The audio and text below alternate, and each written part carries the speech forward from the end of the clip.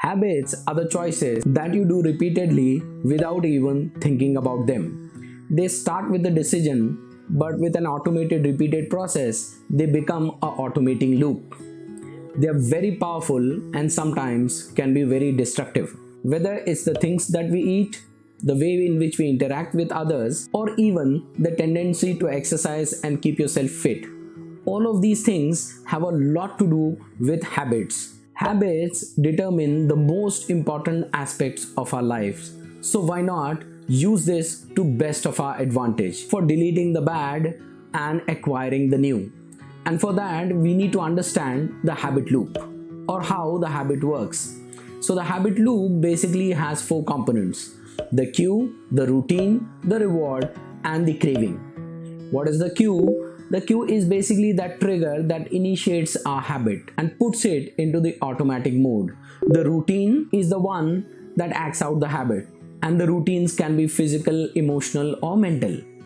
Finally, the reward, the end result that we get out of a habit, the enjoyment that you may be getting out of a habit. And it is a result of the routine of the habit, and it is the one that reinforces the habit. And finally, coming to the fourth component, that is the craving. Craving is the anticipation of the reward when you get the cue, even before you actually get the reward. These are the essential four components that are just like, imagine four neurons in your central nervous system.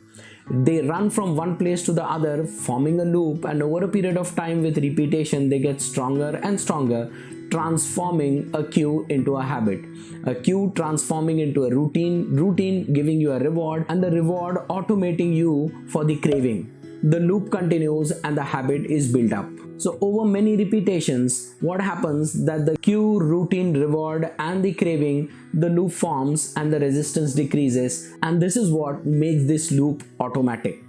But the good thing is, we can change the bad ones and we can form the new ones. But for that, we need to have a very good understanding of what a habit is. So to change the habits, step number one is identify the cues and the rewards. So identify what are those cues and triggers that actually have triggered those habits.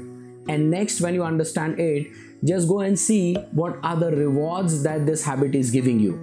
At first, they may appear to be superficial, but keep on asking yourself, because the real roots of the cues and rewards are deeper down into our personalities. Step number two, change the routine.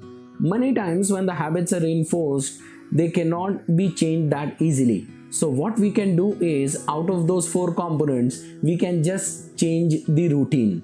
Keep the cue the same, keep the trigger the same, and just keep the reward the same. What you need to do is just change the routine, and changing the routine will change that habit completely. And step number three is breaking through the pain points. This is the toughest part, guys. We need to understand that why we run away from changing habits, because it is the pain and discomfort that comes along with changing that bad habit or maybe acquiring a good habit.